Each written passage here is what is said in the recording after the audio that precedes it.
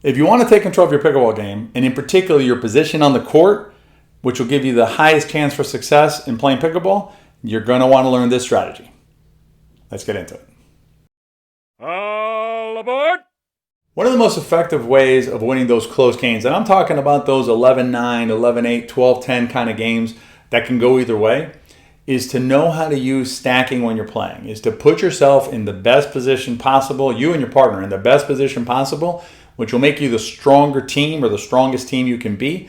That'll up your chances of success and of winning that game. I've talked to a lot of pickleball players about stacking, and I know there's many of you who avoid stacking because it's something that's for the pros, it's too complicated, it's not for me. That is simply not the case. Pickleball is available for any level of play. It's not reserved for the pros, it's not reserved for tournament play. If you're playing competitive pickleball at any level, stacking is definitely something that you can incorporate into your game, and incorporating into your game, importantly, will increase your chances of being successful when you play. If you're still not sure about adding stacking to your game, or whether it's right for you based on the level where you're playing right now, check out CJ's video on this. She goes into it in some detail in terms of whether it's the right thing for you, where you're at on your journey. Definitely check out that video. I'll link to it above and below. Other pickleball players, and hopefully this includes you, are open to stacking, but they think stacking is limited to when you have a left-handed player and a right-handed player, or mixed doubles, something like that. Those are myths. That's just simply too limited or too restrictive a view of stacking, and it can cause you to miss out on this tool. It can cause you to miss out on a strategy that can make the difference when you have those close games. Like I said earlier, it's 11-8, 11-9, 12-10 kind of games. Stacking can make the difference in those games on who wins and who loses. The best way for me to illustrate what I'm talking about is to show you on the board. I'm going to go over a tournament match that I played recently with my friend Marcus Luke. This will be Marcus and I in the blue, and our opponents are here in the yellow. The dark blue squares, the big dark blue squares, are the strong side, and the smaller turquoisey or green squares or rectangles are the weak side. In this match, it happened to be that everybody's forehand was their stronger side.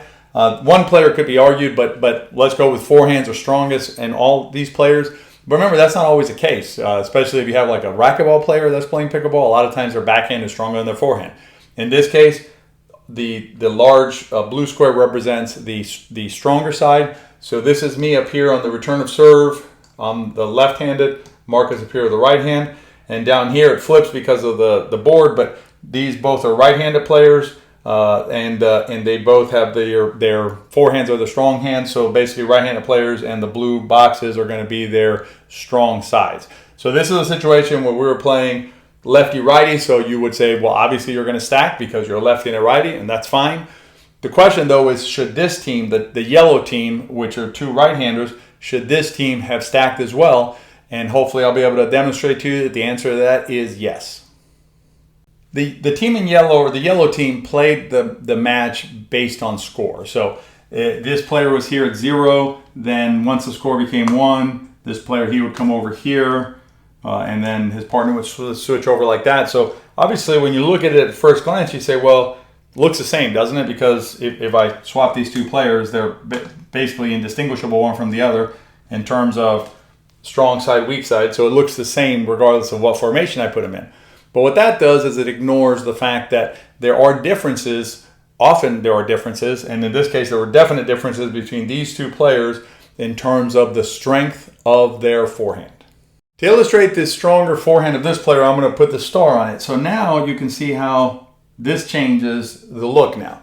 Now you can see that when they're in this formation, there's a stronger shot that's available in the middle. When they switch sides, because the score has changed, you can see how their stronger shot, the star, is basically off the court to the sideline and not as impactful in the game.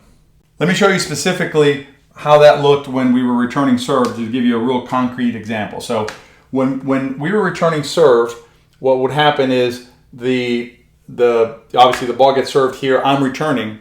When this player was here, I was very conscientious, or conscious I should say, of this area here. I did not want to hit the ball into this zone here, and I definitely did not want to hit a short return in this zone here, because that would allow this player's forehand to come up and put pressure on me and Marcus on our team, as an offensive weapon. So what I had to do was I had to basically, and I'll do these in blue, I basically had to return over here was a good return, and over here was a good return. But this middle area was something that where I really didn't want to hit the ball, and I definitely didn't want to hit a weak return into this zone here. Hitting a weak return here or here wasn't hurting us as bad. Hitting a weak return here was deadly. All right, deadly may be too strong of a term, but it was bad. So let me show you what happens now when if I take this player as they were doing, because they were not stacking, and I take this player and I slide him to his right here, and then his partner there. Now, as you can see, this forehand, the dangerous shot of the opponents is over here. So the area that I don't want to return to is over here now, much smaller area, plus an area that I probably don't want to return to anyway. I'll link to a video above that we did on returning to the middle, where we explain more about why returning to the middle is such a good shot. And there's also angles issues that are created by this kind of return, which is a subject for another video. But I don't want to return there probably anyway. But now I get to return here, here, and here. All these areas are available to me for my return.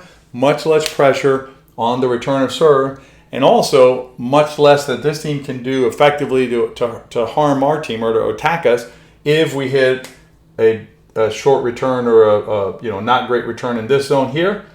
Not as dangerous anymore because the weapon is essentially off the court.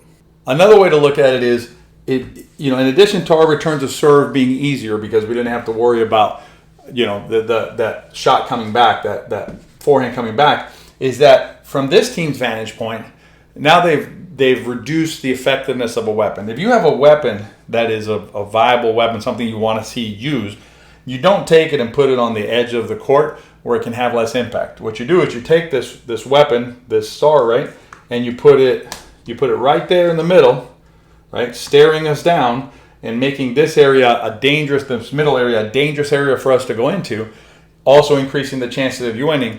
And the way to do that is to stack. Stacking is the tool that allows you to make sure that this weapon or this piece of the puzzle that you want to have the most impact, as much impact as it can. You use stacking to make sure that weapon stays there the entire game. It really is no different than Marcus and I stacking here. We're stacking because we want to put our two weapons, these two big blue squares, in the middle. We want them to have the most impact. If we don't stack, so if I'm playing over here and Marcus stays over here, let's say for the game, right?